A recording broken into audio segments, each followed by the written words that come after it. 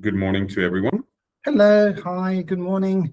I'm very happy to be here this bright and sunny morning. I think it's such a nice idea to do webinars on a Friday at the end of the week. It gives a kind of Pavlovian positive association to it. Especially on such a sunny day, right? Very, very much. So, colleagues, I'm delighted to welcome you to our relatively short webinar. We have an entire series of now. We did one about 2 or 3 weeks ago on AI governance. We have our topic today, which has the interesting name of Will AI reduce headcount or create better engineering teams? I think that's a question in many, many people's minds in the IT industry. And then, like I mentioned, we have another 10 of these over the next fortnights moving into the future. So my name is John James. I'm the Chief Growth Officer here at CodeNow, based in Prague. And I'm joined by my good colleague, Marek Pichner. How do I best address you? I always think of the IT expert. The IT expert. I'm the expert. I can draw the seven lines crossing each other. No, I think just software architect is good enough. Software architect. I think it's good enough. So I'm very happy to be joined by Marek, of course, because I'm coming. Recording in progress. I'm coming from the business side of things. So my job as Chief Growth Officer is I try to identify opportunities, to find potential clients, to work with our partners. And then, of course, Marek and the team, they're the guys that get their hands dirty and they actually make these solutions. So we have a nice combined approach here when we're looking at this question. And it's quite a short session today. We only have 30 minutes. So we're looking at the future of software engineering in the age of artificial intelligence, which, of course, coming from CodeNow, an IT company, is extremely, extremely important. Absolutely, absolutely. And the only thing I would add to it, there will be room for Q&A. So if you have any questions, don't hesitate to already send them into the chat if you will wish so. We'll definitely be able to get to them at the end of the session. Yeah, absolutely. So the agenda for today, fortunately, it's not what I call death by PowerPoint. We only have about a dozen slides. We're going to look initially at this question. So is AI going to replace everybody? And then, of course, being a little bit contrarian, I'm going to say, I think that's the wrong question to be asking. Because if we look at some historical analogies of the introduction of new technology, we can see that it's not simply about headcount, and it's not simply about, let's fire half our software team and increase efficiencies. There are much bigger implications in terms of the economics of success. We're going to move a little bit further to see about how we can hopefully be in one of these successful companies. And our recommendation is going to be that the winners are going to take something which is called a human-AI hybrid approach. This means that the leadership is changing, and how to win in this new environment is going to be slightly different from what I think the majority of companies are doing at present. Of course, this is basically an opinion piece. And I know that Marek and myself, we've discussed this a few times. We have some different opinions. You can have some different opinions. I think at this early stage, it's a really good idea to get these possibilities out into the open, because we don't really know how this is all going to pan out. We can make our analogies and our interpretations, but it's pretty much an open field at the current time. The reality of the matter is that tomorrow it may be shown that whatever we say here today is completely wrong. Yes. It may just happen. Absolutely. So the big question, the question on everybody's lips is, will AI replace developers? And again, to be honest, I think you can have people who will make the argument that, yes, traditional companies will see that they can reduce headcount and increase productivity with a smaller number of developers. And oh my goodness, maybe unemployment goes to 10 or 20% by the end of the decade, a kind of nightmare scenario. Then you have the others who argue that, with the increased capability in engineering teams and with developers, you can have a boom in apps and products and development that simply wouldn't have been feasible before. So maybe the opposite will be true, that perhaps the nature of the work will shift, but it might move more from commodity, like coding, to the more kind of architecture area. So there are two different perspectives here. But I think, and this is where we can be a little bit contrarian, maybe this isn't the right question to be asking. So this can happen one way or the other. Maybe we need to think, with this new possibility of artificial intelligence, what are the kinds of companies that are going to become more successful? How can you build a company that's going to really thrive in this area? And it kind of reminds me of an example. This is maybe showing my age, back from the 1990s or 1980s even, when ATMs became more and more popular. And a lot of people predicted, oh my goodness, you don't need to have bank tellers anymore. You don't need to go into a bank and then have somebody there who's counting your money that they give out to you, or counting the money that they take in from you, and making a note on their ledger or with their abacus, however they did it back in the 20th century.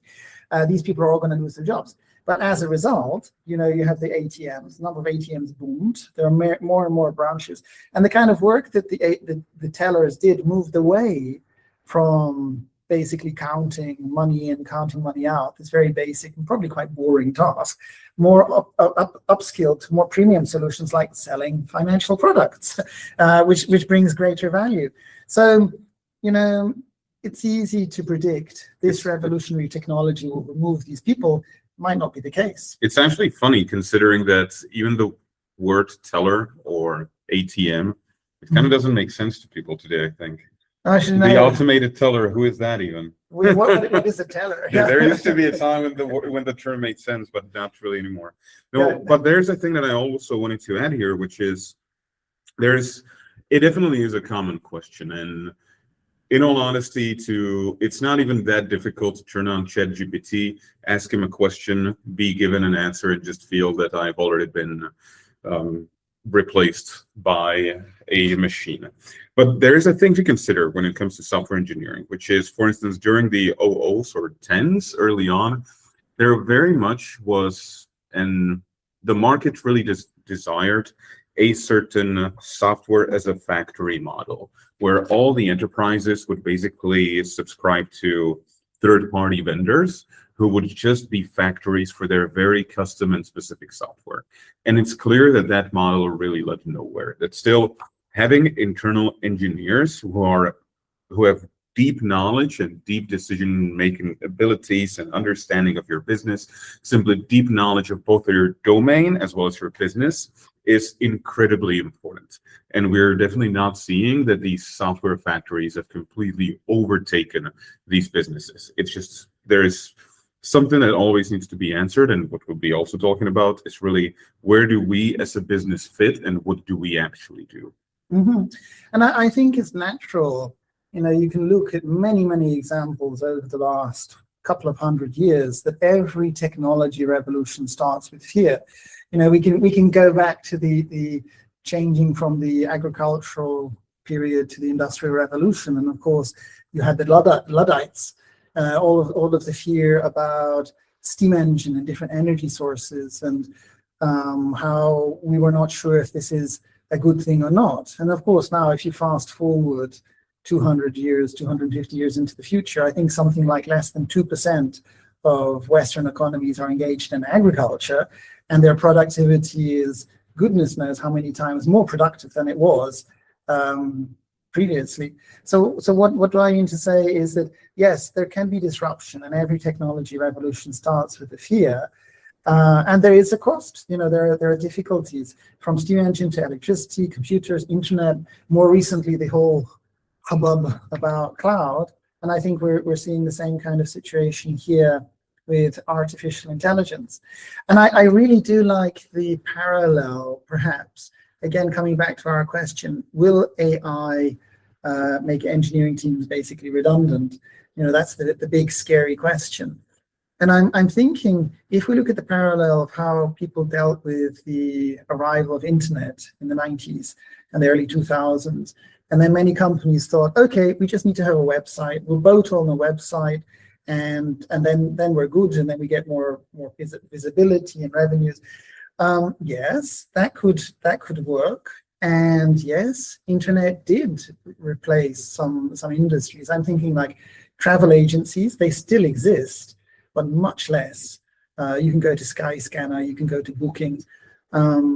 Yellow Pages, that was an industry which was replaced. So there is definitely some disruption. But then if you look at the companies who really thrived, and I'm thinking some of them came a little bit later with the advent of the internet, and it wasn't just the ones who built on a website to their business model. They changed their entire business model. So I was just giving the example earlier, like Uber and Bolt.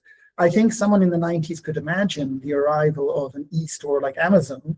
That isn't too complicated, a distance from brick and mortar bookstore to an online bookstore. But something like Airbnb or Uber, some of these kind of solutions, which became multi-billion pound industries, they're not just adding a website. It's about leveraging this new technology. And that in itself creates some opportunities and I guess employment, of course, as well. How many people work in the Uber or Bolt, how do we call it, ride-sharing economy? It's probably millions and millions. Yeah, and software engineers, very, very, very much, many of them are exactly there. I think there is also a really good point here, which is that, especially this 90s era, there's always discussions these days. Is AI a bubble? Is it going to pop and so on? And it nicely connects to this topic of 90s internet, where we speak of the dot-com bubble, and everybody just kept putting money into having websites, even though they created zero value. But even though the bubble popped, it's not really the case. Like, let's not even go into the question, is AI a bubble or not, because it's not really too important now.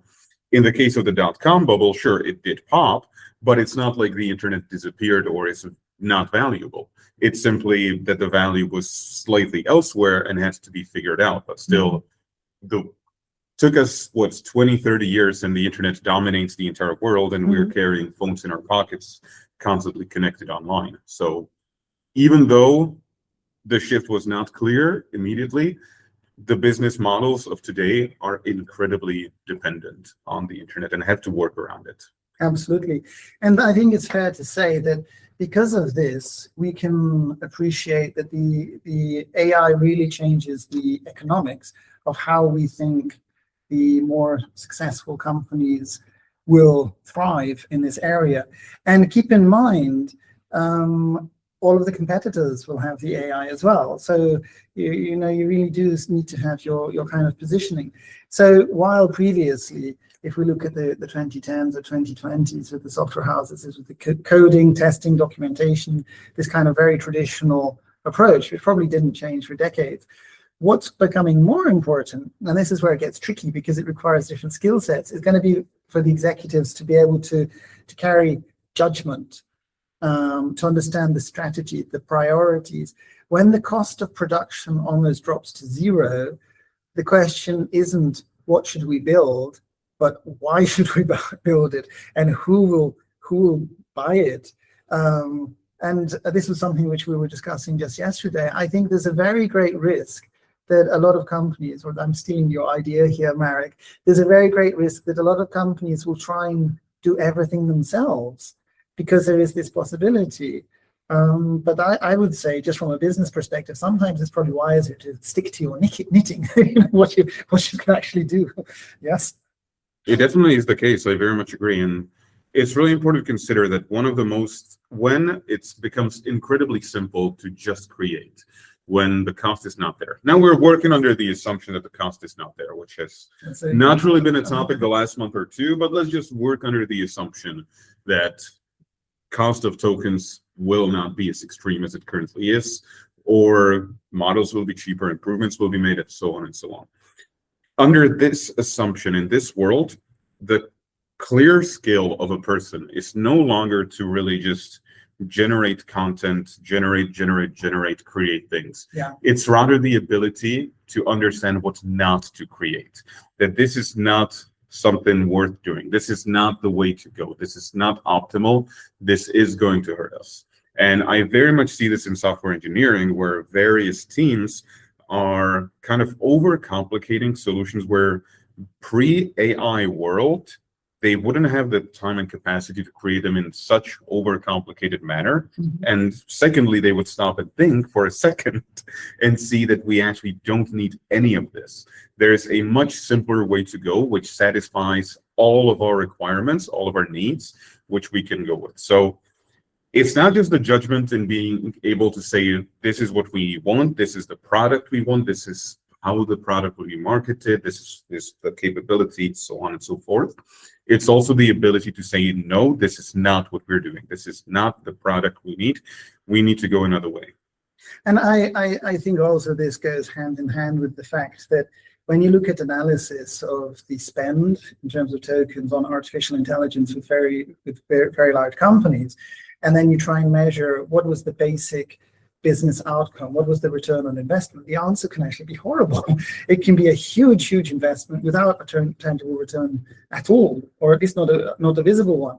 So I think maybe this is still because we're in early days with artificial intelligence and we're not being quite as disciplined in the application of what we're doing with it. But like Marek is saying, there are a lot of things that we can do. Doesn't mean that we should do. And it might be cheaper and easier just to buy that $10, $20 license from someone who's made something already and focus on our time on our premium activity rather than reinventing the wheel just because we can. So in the near past, the old model was that a company had fantastic developers, you pay for great human capital, you make great software, and that gives you a business advantage. Well, the tricky thing here is that not discounting our developers, we still need good developers, but maybe a part of their work will be done automatically, coding, we won't perhaps be coding. So the future model is more likely to see really good decisions enabled and made possible through the application of human and AI to give a business advantage. I'll give you another example, jumping around a little bit. Earlier in my career, I worked in executive search, and I was under the mistaken impression that in the executive search industry, you would need to, your competitive advantage would come through your network and having access to the best candidates, the most qualified, wonderful people who match certain positions. And that would be that. And then when I actually started working in executive search, I discovered it wasn't so much a problem of finding the best candidates. Even before LinkedIn, we still had huge databases and we had our resumes and in our filing cabinets. The problem was having people who were willing to pay for the service. And I think that we can extrapolate this forward into the future. You can have an AI agent. I'm not sure how legal it would be, but I'm sure we can make some legal solution where it will scan through LinkedIn, search thousands of candidates for different positions and do that entire selection process within maybe seconds. That's a wonderful possibility. But, the human to human side, who is going to make these orders? I'm not very convinced about placing an order with an AI. I would prefer to speak to somebody, to have a human in the loop so that I have that relationship and I can trust them, because our business and our activities go beyond simply, getting this kind of data. So in the end of the day, that hybrid of the human and AI together is going to remain extremely important. And I suspect this comes on to our next slide. So I'm jumping two steps ahead. I suspect this also answers this question. Let's imagine, and it's not a very difficult question to imagine. Let's imagine that tomorrow, all of your developers became twice as productive. And actually, this has probably already happened, in the last year or years. But let's imagine they become twice as productive. What do you actually do? Do you fire half of them and you then have the same productivity with lower employment cost? If you want to have good IT people, good developers, you need to pay good salaries. That's not a cheap thing. Or do you double innovation? Do you start doing weird and wonderful activities and perhaps you create a unicorn? You get some runaway growth model. That would be wonderful. Or do you enter new markets? So just having this capacity to increase the productivity, it opens a lot of possibilities for us in terms of what we can do. And I think a number of companies, not naming names, a number of very big companies just in the last couple of years, they really messed up with this. Their solution was, let's fire half the team. Let's do these massive redundancies, and we save these labor costs. And then, for various reasons, and I'm sure Marek understands this better than I do, they end up with this very embarrassing and expensive process of rehiring a lot of people that they were firing. Yeah, I mean, it's exactly that there was a lot of rehiring of the fired people. You also, anytime you do mass layoffs, you don't just fire the people who you lay off. It's also all their friends and family and everybody else they know who leave. It's the messaging, it's the message to your customers, to your partners, saying we're not that trustworthy. Like, mass layoffs are never really leading anywhere. In the short term, sure, some graph might have an arrow going up rather than going down, which is nice for the VCs and investors. But long term, it clearly very much hurt many of these companies. So even having the possibility of double productivity, yes, one solution can be to reduce headcount, but is that the best thing that we can do? And then this was something very close to heart, because like I mentioned at the start of the presentation, one of the things that I try to do as Chief Growth Officer is to win mandates and get clients and get projects. And for me, it's a very blunt way of saying this, if Marek could work was twice as productive or 3 times as productive, that doesn't change the bottleneck, that it doesn't mean I'm going to be able to find twice or 3 times as many clients. So, I personally, again, I'm coming from a business development background, my bias is towards a suspicion that the leaders and the executives in the future are going to have much more commercial skills to build these human-to-human relations, because the technical side, that might be much more efficient. It doesn't mean that the demand side is going to necessarily increase. So this means that when we're in this kind of world, engineering becomes much more of a strategic center. In the past, I think you could lock the IT guys in the basement. They're very expensive. It's an expense. It's a cost center. We give them the task to do. They do it. They give us the product.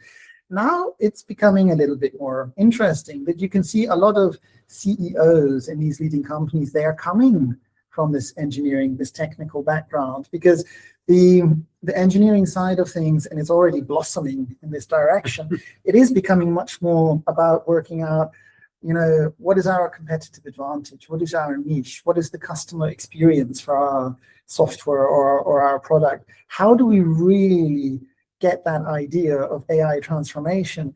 Like the internet example, we don't want to just bolt on a website and tick the box.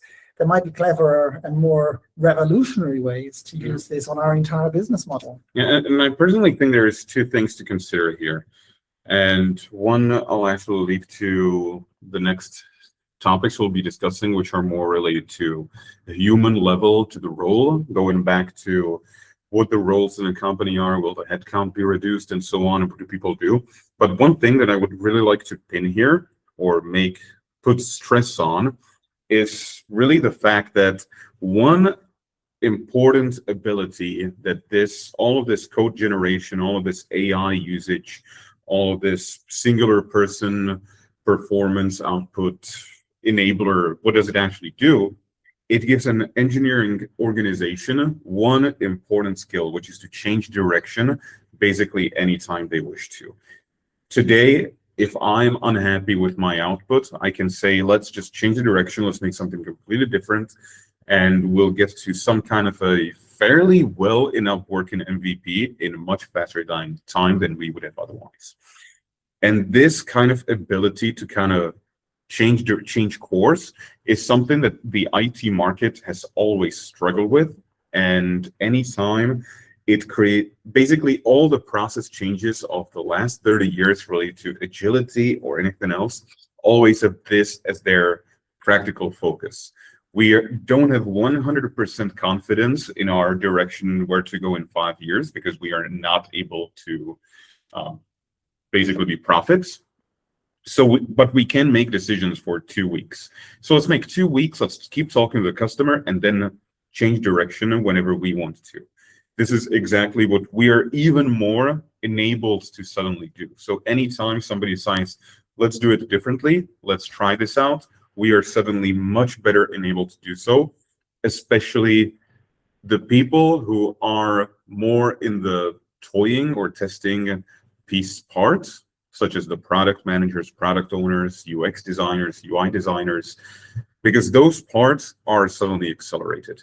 But as we, for instance, talked about on the previous webinar, still the most important piece to actually have any kind of performance addition there is to remove the bottleneck of the human revision process. Because still, if we just put the bottleneck elsewhere, but we have not removed it in any way. Absolutely, absolutely. And what can we, coming back to our original question, how will AI impact on the headcount? I suppose the good news is that because the cost of production, if someone wants to make their company, their program, their website, their app, the cost of production, this possibility becomes much, much, much more possible. So I would expect that you're going to see a much more dynamic, much more agile market. Like Marek was saying, companies can change direction after 3 months, after 6 months. So there's going to be this rather competitive free-for-all, I would expect, as companies begin to exploit the different opportunities and work out their niche. And then on the individual level, I would expect also that it's now possible as an individual to do something which would have been only possible with a small team before, and to get things up and running. So again, this doesn't bode very well for the 20th century traditional many years in a job, 9 to 5 stability position. But it's not too difficult to expect that you're going to have a much bigger gig economy. You're going to have people who are going to have much more things going on, their own activities, their own niches, and a more dynamic kind of fluid employment situation, however that's kind of structured. So in any case, coming back to this, the human AI hybrid organizations, they're going to try and have the advantage of the AI for the scale and the speed and automation. But the human side of this, to make sure it's going in the right direction, and that it actually has a value, is going to become even much more important. And again, the barriers to entry into certain sectors or industries will collapse. So if companies do not have their unique value propositions, if they can't honestly answer the basic question, why should we work with you? And what can you offer us? Very clearly and concisely, just having AI isn't going to protect them. In fact, it's going to make it much easier for the competitors to take the market share and the possibility. Yeah, and I mean, the question at the end of the day always is, we have the AI, so does our competitor. They can do the exact same thing we are doing. So I think it's important to look at let's say the code itself, not as some secret IP, some secret recipe, the Coca-Cola recipe that nobody must know and we must protect, because nobody cares about the code. Like you care about the value that you get from the tool, from the product, from the application, whatever it is. And who gives you the code is also something that most people just don't care about. So what's going to much matter more is the stability, the trust in the company, in the provider of the solutioning, and simply how does the product work? What does it do? I think an important piece to consider here, for instance, with the even sole responsibility of a person, like there's often a thing we feel or we talk about something along the lines of we're kind of automating ourselves out of our jobs.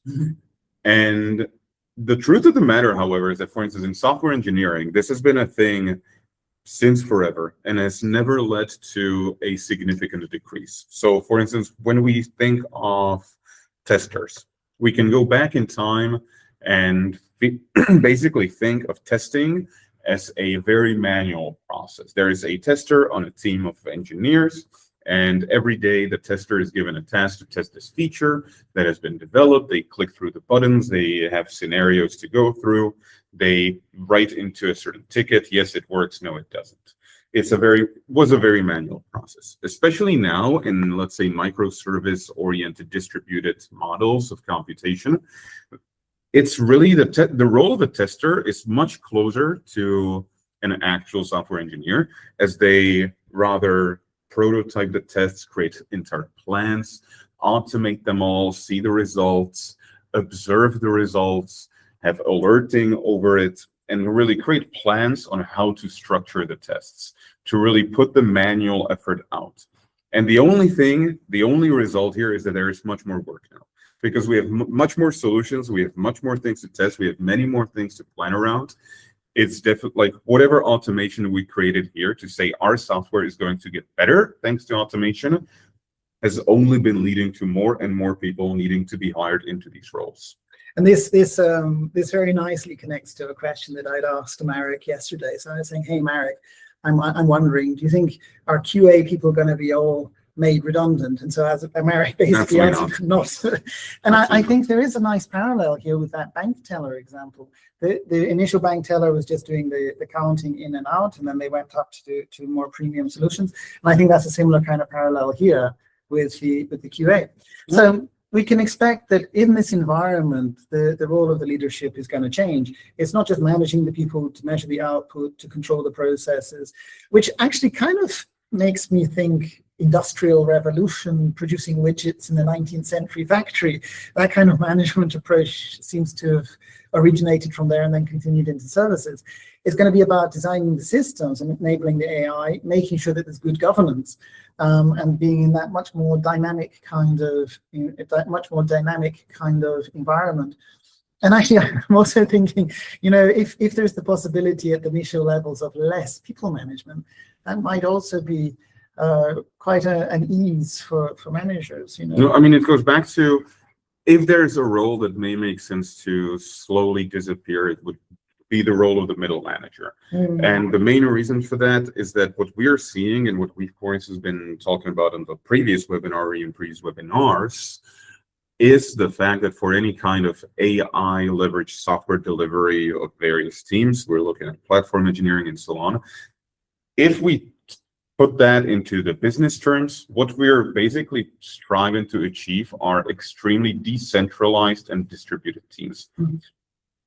Teams which are no longer following a directly team structure, let's say tree structure, where there's a CEO and underneath there's a VP of engineering and there's a team leader and then there's a certain person.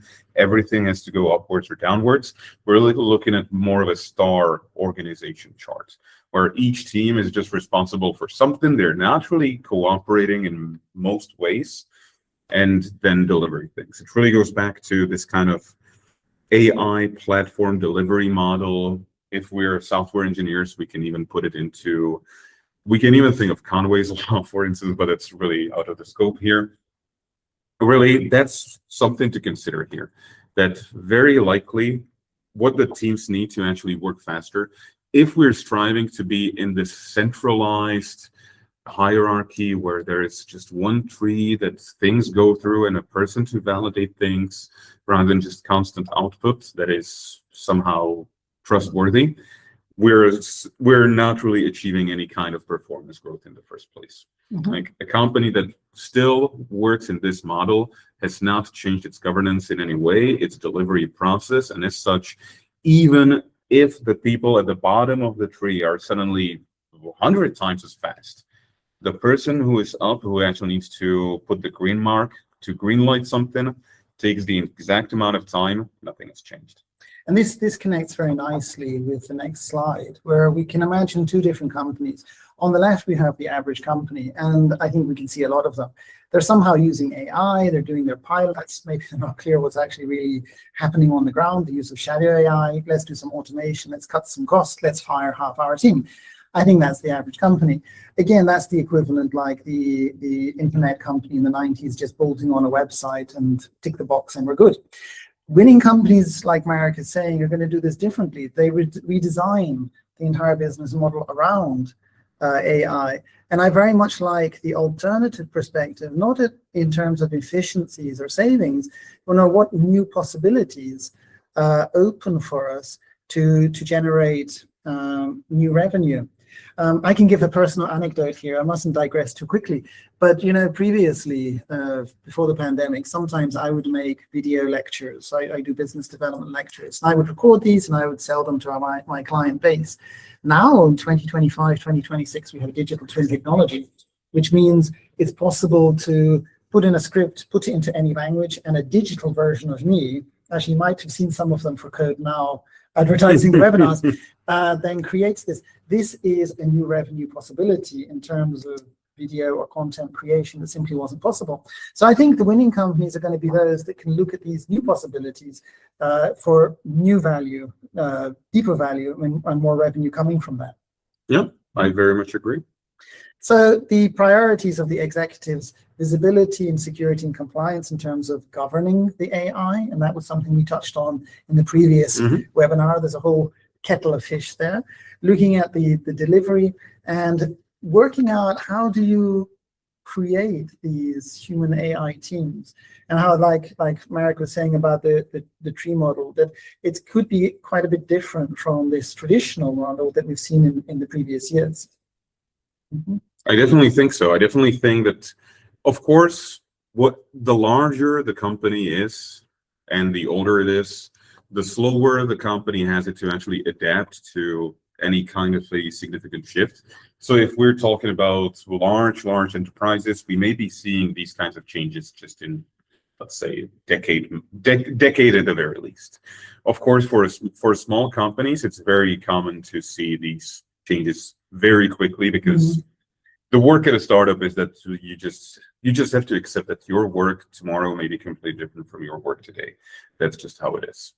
And those places extremely, from my own experience, what I have seen, where I've been, extremely thrive from this kind of distributed model ability, that basically each person is their own delivery machine and just works by themselves with as little oversight as possible. And that's exactly where any kind of AI utilization thrives. So I think, just to wrap up, because we've gone a little bit over time, again, we cheated a little bit with the title of this presentation, and the question is, AI going to replace developers? Is it going to reduce headcount? So that's an open question. There are arguments for and against it. The real question, the more important question is, how is your company going to be redesigned around AI? Not in this simplistic approach to just cut headcount because it's labor costs, and we think that's great to increase efficiencies. But I really like that approach of thinking about new value, new opportunities, this kind of creative thinking. And that's where the human judgment and measurement is going to very much come to the fore. So as a last question, one thing that we've been talking about here at Code Now is, if you look at your company and you imagine it 5 years into the future and everyone has AI, maybe we have AGI, who knows? And the question would be, what value do you think this will have brought to you? If you can answer that, fantastic. If not, then that's a conversation we might perhaps like to have with you. We have a few ideas and a few insights. So this is also where Code Now should play a role in future with our clients and the companies that we work with. Absolutely. And I personally really think that, even though, yes, we slightly went away from the title, we actually didn't in reality, because it's important to consider that it all comes back to us really believing that, yes, it might be the case that the standard work of coder, not in a derogatory one, but as a person who's a software engineer who writes code, sure, that might change significantly. It probably already has. But still, that doesn't really mean that the value is not there. On the contrary, the value for businesses in the ability to be creative, to know where to go, that's really where a person becomes even more valuable. Because as you said, JJ, it's the thing where our competitor also has AI access. So what prevents them from putting a prompt saying, make the same software, make no mistakes? And that's definitely something that's going to happen. Something that's going to happen. There's going to be a lot of disputes. Exactly. For sure. So you need to figure out a way to go through. All right. So thank you very much, Marek. I'm very happy that you were here to join me with the presentation. Colleagues, very nice that you joined us as well. If you have any questions or thoughts, I think there's a bit of food for thought here. Feel free to connect with us. You can find us on LinkedIn, both of us. Drop us an email, drop us a message. And hopefully, if you're interested, we'll see you after another 2 weeks when we do the next webinar in our series. I'm very much looking forward to it. There's very much room for Q&A, so if you have any questions, don't hesitate to ask. I already see one, which is companies went ahead too fast and didn't consider that perhaps that was not the right strategy in the long term, not having captures metrics to decide based on data. Yeah, I mean, I think that's we can see the consequences. That yes, I saw on YouTube some very embarrassing before and after interviews with these celebrity CEOs, how they were saying we can reduce headcount and everyone is happy, that the investors are happy, the VC is happy, and then they turn around and they have to do massive hiring. So yeah, we can definitely see that these mistakes have happened. I personally actually think, and this will be extremely cynical. Okay, good. And which is that I believe that to many executives in business roles, IT is a very annoying cost center because it's extremely expensive. There are people who just play with computers. And where is the value? They're not exactly selling things. They're not exactly building something tangible. It's all in the cloud. And that's really weird. And it's like one place where you look at whatever output you have, whatever costs you have, and you're going, I wish I could cut that. Because it's just felt like a cost center. And just as JJ was saying, it clearly, to a successful company, is not. Very clearly, successful companies are perceiving or having IT as room for growth, as room for creativity, as room for new products, new solutions, new revenue options. It can be a revenue driver. Like for instance, we've been speaking of Uber as an example. And Uber definitely has completely new solutions or buying other solutions. So for instance, Uber Eats is, to my knowledge, extremely driving in the US. So that's, for instance, one thing. It's really, and I think what we're seeing exactly is that, so we look at it as a cost center, and then two things happen. One, we lose if all of these layoffs are happening, one, we're losing all the potential for new revenue and creativity and just new solutions. And the second thing that also happens is simply that we are not actually properly measuring whatever else is there as the costs. Because exactly as JJ was mentioning, for instance, nobody is really capable to actually calculate things as token cost per user story in Jira. Like how many tokens did we spend on building this specific feature into our new release? That's something that's actually incredibly difficult to calculate. Like, sure, you have the numbers, how many tokens do you burn a month and so on and so forth, but to pinpoint it on this one specific feature, that's not impossible.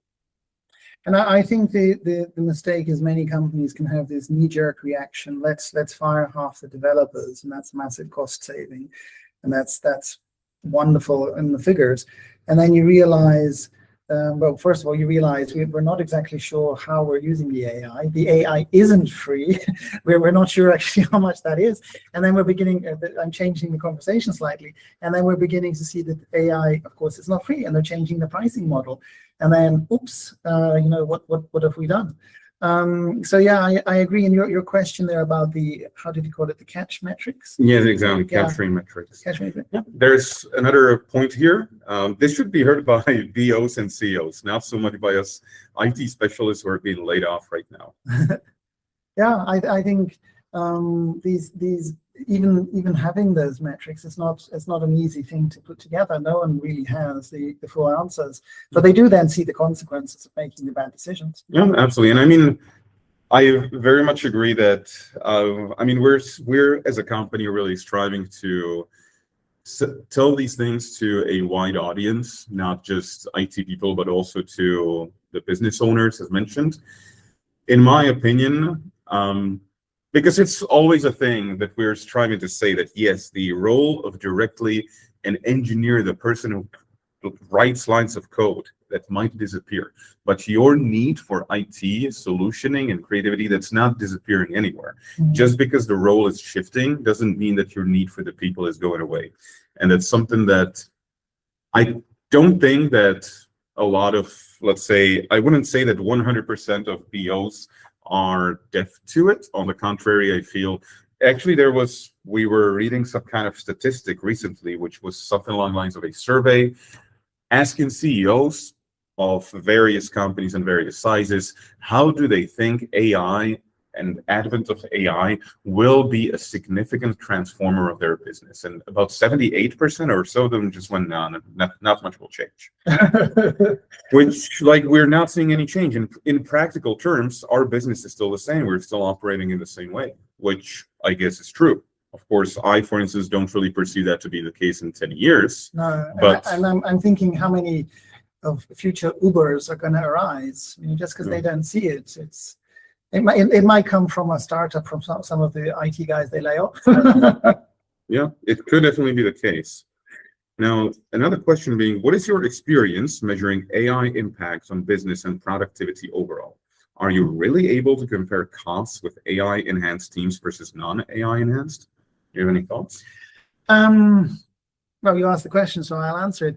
To be honest, I've only been with Code Now for about just under a year. And before Code Now, I was working in Deloitte. So I was in the professional services, Big Four advisory, and specifically working with tax and legal. And I think legal was an interesting example because the application of AI and some of these solutions could very easily be measured in terms of return on investment. Maybe it's because in legal, we still have that dreaded billable hour. So the lawyers can measure how many billable hours they're charging. But at the same time, if you have a piece of AI facilitated software for document creation or contract creation, it can vastly improve the effectiveness of doing so. So in the legal services industry, I would say yes. I think there have been some very interesting developments, and that's also why you can see things like Legora and Claude for legal, and some very big players and very big numbers being thrown around. So I think that's one industry that I know a little bit about. So I can say that yes, it definitely works. As for IT and software firms, the harder question. It's a very hard question. I think there's at the heart of the question, there is actually a different topic hidden, which is, who is an AI team delivering software? Because in my eyes, it no longer is a dedicated product team of software engineers. In my eyes now, any team in an organization can build software for their own purposes. Mm-hmm. So, for instance, a marketing team could build a software that sends out emails to various people and then sees who responded, creates a nice Excel spreadsheet to go through afterwards as a report. Sure, that's a feature that's in some CRMs or anything else, but it's not exactly behaving to the point as they like it. So they create it, and nobody's preventing them from being able to do so. So and actually, this was an idea I had suggested to Merrick because I'm coming from marketing. Yeah. And or then you have a beautiful example in my eyes is, for instance, risk in financial sector, where so much is driven by Excel. I mean, the world would probably break apart without Excel.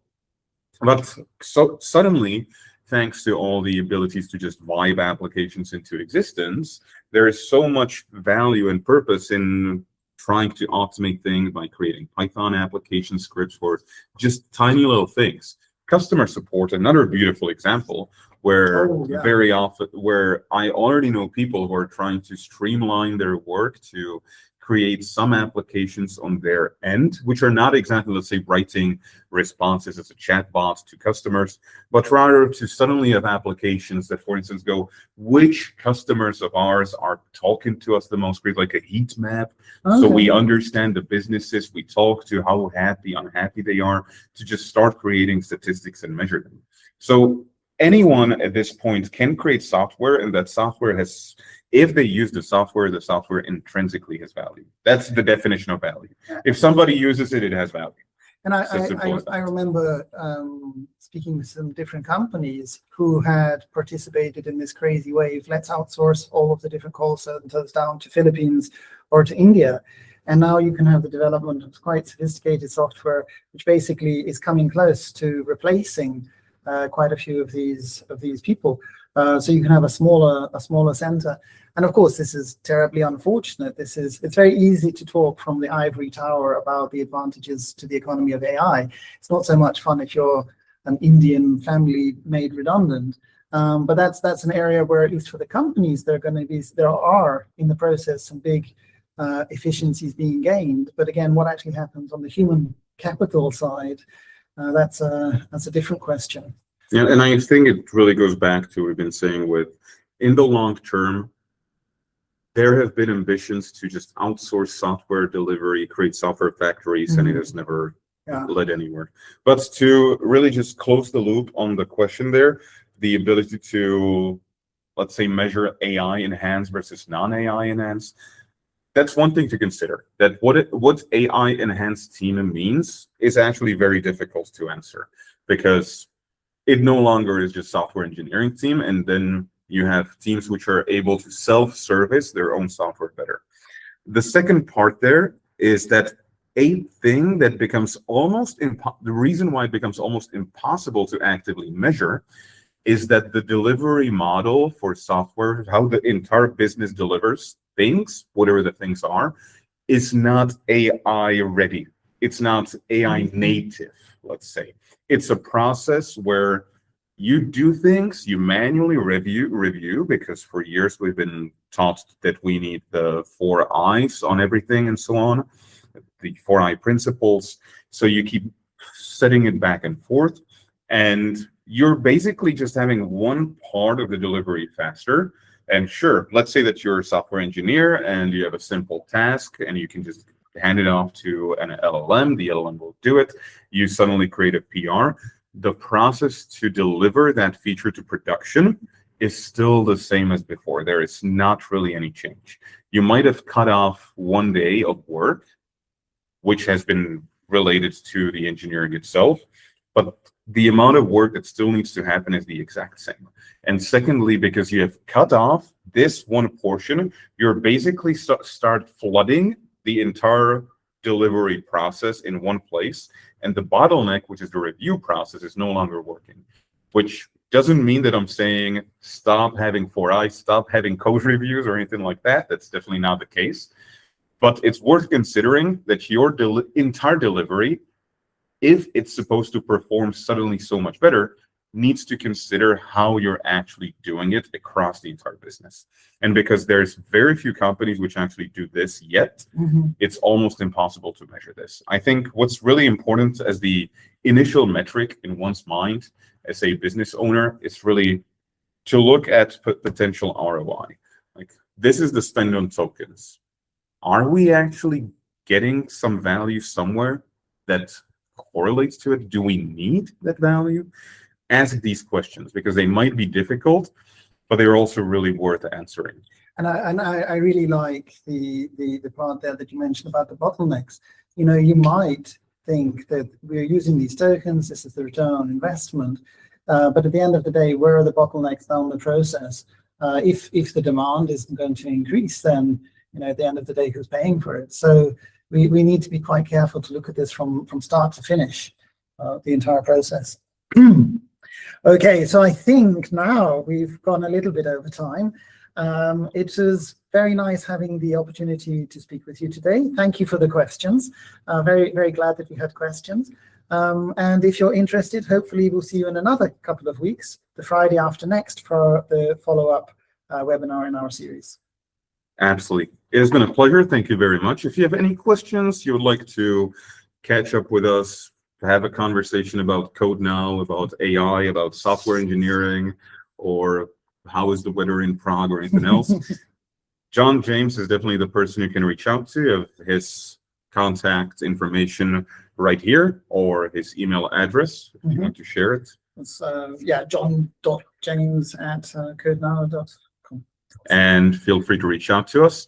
If you do, we'll be happy to have a conversation. Otherwise, we're looking forward to seeing you, as mentioned, in our next webinar. Thank you very much. Thank you. Bye-bye.